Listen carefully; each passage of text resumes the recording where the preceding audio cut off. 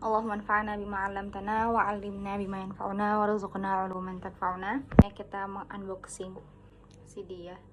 Sebenarnya tuh banyak banget yang aku pengen ceritain. Kenapa sih aku tuh ngambil buku pertama yang aku unboxing itu, kenapa Al-Ulamal Uzzat gitu. Kan di masa orang-orang tuh dengan peraduan si ayang-ayangan dan segala macem, kan kita banyak gitu loh yang kayak iri sama kaum-kaum yang mengayang-ayangkan seseorang kayak gitu, dan itu sebenarnya kan terlarang gitu, dan itu jadi sesuatu yang sebenarnya tuh nggak normal gitu loh guys. Kita tuh iri sama hal-hal yang kayak gitu karena itu bukan ketaatan gitu, justru itu sebuah kemaksiatan dan kita nggak ada sama sekali hak, bukan kita nggak ada pahalanya sama sekali. Justru kayak kok bisa sih kita tuh iri sama orang kayak gitu gitu kan. Nah, untuk membangkitkan semangat menjomblo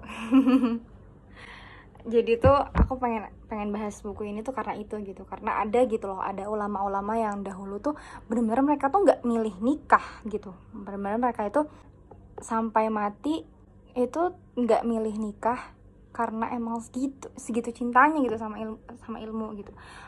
Jadi bisa dialokasikan rasa cinta kita ke manusia itu bisa dialokasikan gitu kan ke sesuatu yang lain, karena nggak cuma ilmu gitu loh. Ada gitu loh kan orang-orang yang nikah sama sesuatu yang nggak jelas gitu kan. Kita bisa gitu loh untuk menunggu sesuatu yang nikah itu kan sesuatu yang udah Allah tulisin gitu kan. Dan nggak ada, kita tuh nggak perlu gitu nunggu terus kayak dan khawatir siapa sih, terus kapan sih, dan segala macam tuh nggak perlu banget karena udah diatur. Kita perlu kita khawatirin intinya tuh gimana saat kita sekarang itu bisa dipakai buat berbuat baik dan segala macam, intinya tuh ketaatan. Nah, supaya kita semangat menjomblo, jadi aku mau kasih kalian setruman semangat tuh dari ulama-ulama ini juga. Kata-kata mereka yang pola pikir mereka yang bikin mereka tuh sangat-sangat cinta sama ilmu dan segala macam kayak gitu deh. Mengenai cetak, kalau kalian beli di Arab, di intinya kalau mau just tip nggak tahu ya, nanti aku buka just tip apa nggak kasih just tipan kitab ini. Tuh lucunya percetakan di Mesir itu mereka tuh berlomba-lomba gitu. Misalnya ini kan yang nulis tuh kan Abdul Fattah Bughoudah, dan itu tuh udah tahun 1417, udah lama banget, udah beratus-ratus tahun sebelum ini gitu kan. Nah, karena kitabnya tuh bagus, percetakan itu berlomba-lomba buat bikin dan mengupdate dia supaya dia bisa jadi bagus lagi gitu. Dan itu tuh nggak cuma satu percetakan gitu. Misalnya ini aku belinya di Darul Bashar Al Islamiyah, ada gitu yang paling terkenal di Kairo, Darussalam. Cuma karena aku belinya tuh di IBF, dan itu pertama kalinya aku ke IBF yang di Kairo, jadi kayak lewat terus ada ini nih buku yang dari dulu aku cari, jadi ya udah aku belinya di situ kayak gitu.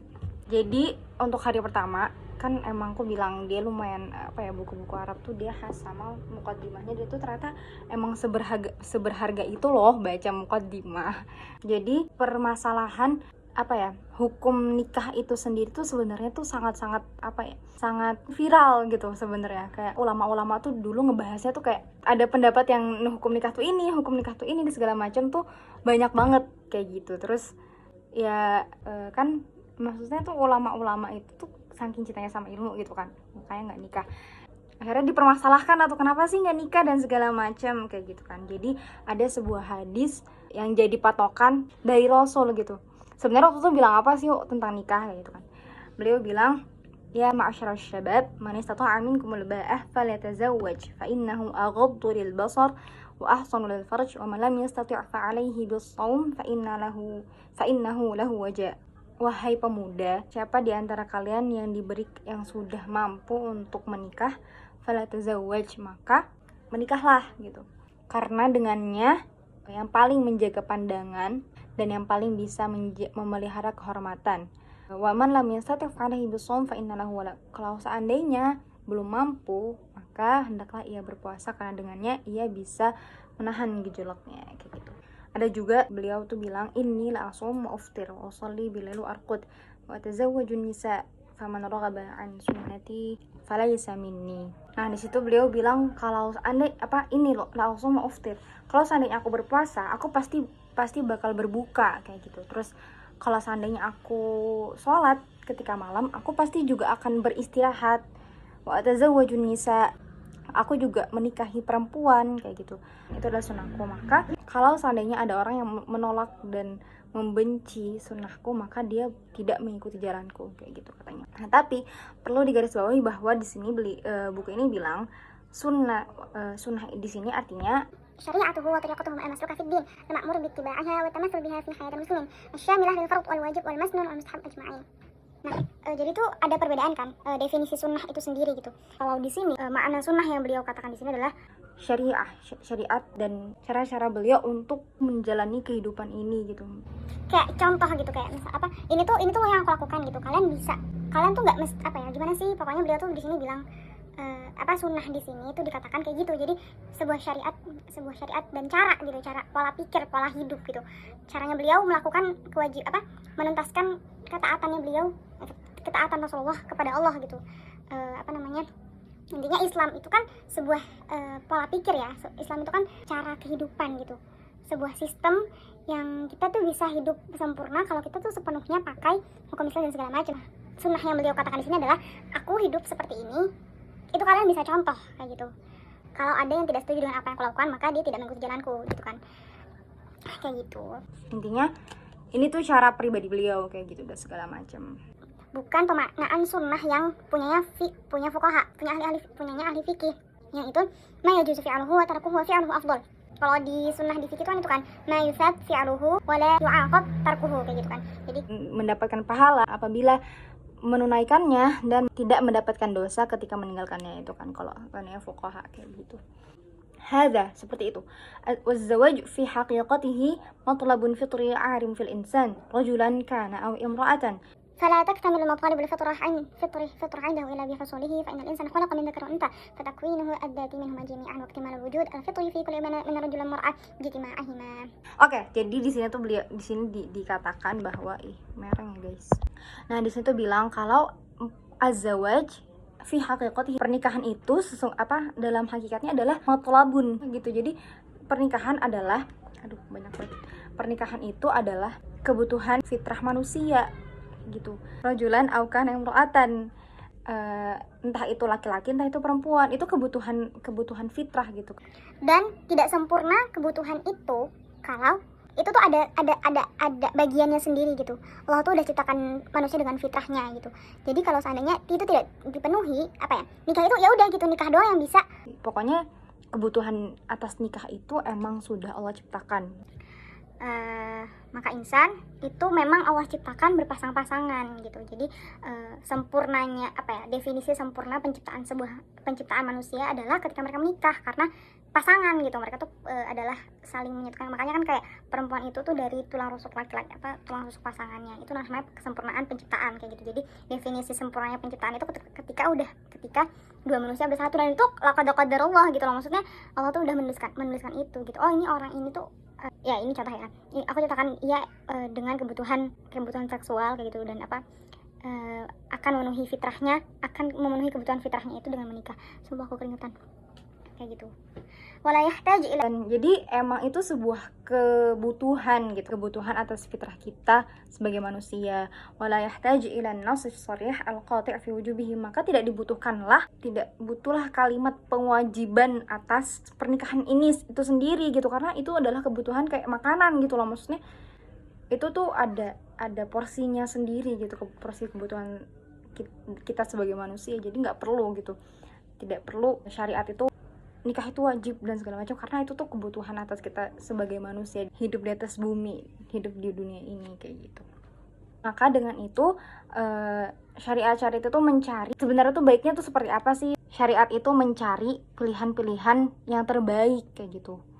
Boleh nggak sih menikah, mana sih baiknya dan segala macam. Nah, syariat itu mencari itunya gitu. Kalau seandainya menikah, bagaimana anjuran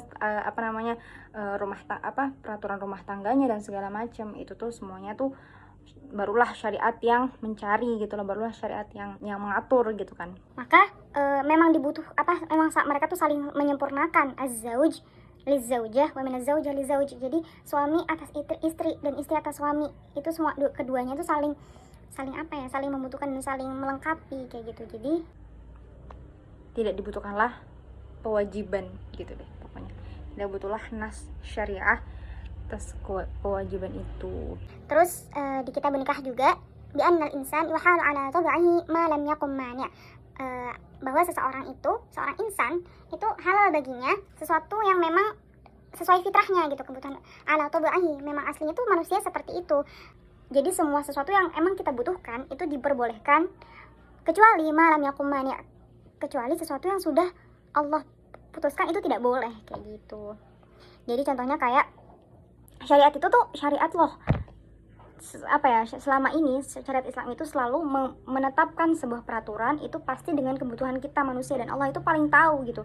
Allah tuh paling tahu karena Allah lah yang nyiptain kita gitu. Masa sih Allah tuh ngasih peraturan bukan karena kebaikan kita gitu kan. Kayak syariat loh nggak pernah nyuruh kita meminum air kencing kita sendiri. Terus kita nggak pernah disuruh buat, syariat tuh nggak pernah nyuruh kita buat minum darah.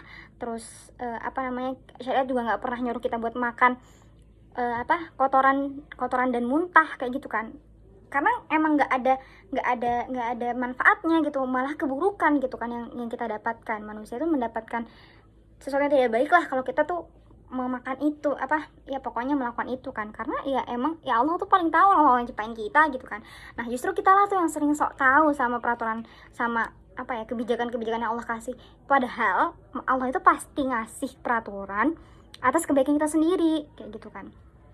Kan kita nggak pernah tuh disuruh kayak gitu kan. Dan kalau seandainya nih contohnya khomer, terus zina, as-sariqah, syariat tuh larang kita khomer tuh pasti ada karena ada mafsadatnya. Kenapa kita nggak boleh minum khomer? Karena itu bikin kita bikin hilang akal. Akhirnya kita bertindak semaunya kita bertindak nggak terarah kayak gitu. Karena ada tuh kan kisahnya malaikat yang turun terus intinya kalau dipilih di antara 3, mabuk, zina, atau membunuh anak, yang paling ringan kan hitungannya mabuk ya, yang paling kayak nggak intinya dosanya yang kelihatan yang paling ringan tuh kan mabuk gitu. Nah akhirnya di kisahnya itu orang ini tuh memilih untuk mabuk gitu kan. Ternyata ketika dia mabuk itu justru dia melakukan keduanya sekaligus gitu, karena dia nggak sadar apa yang dia lakukan gitu kan. Dia hilanglah akalnya, maka dia zina dengan perempuan dan membunuh seorang anak kayak gitu. Jadi emang ada mafsadatnya gitu. Allah Allah melarang kita atas sesuatu. Justru kayak zaman Nabi itu kan khamr udah kayak air putih ya. Kita minum air putih. Kayak gitu juga orang Arab tuh minum khamr dahulu kayak gitu. Nah, sampai Umar tuh benar-benar ngemis gitu. Bahasanya tuh gitu kayak, wahai Rasul, sungguh turunkan dalil pengharaman atas khamr ini gitu. Kayak saking enggak kuatnya Umar tuh ngerasain betapa buruknya efek kalau mau minum khamr gitu kan.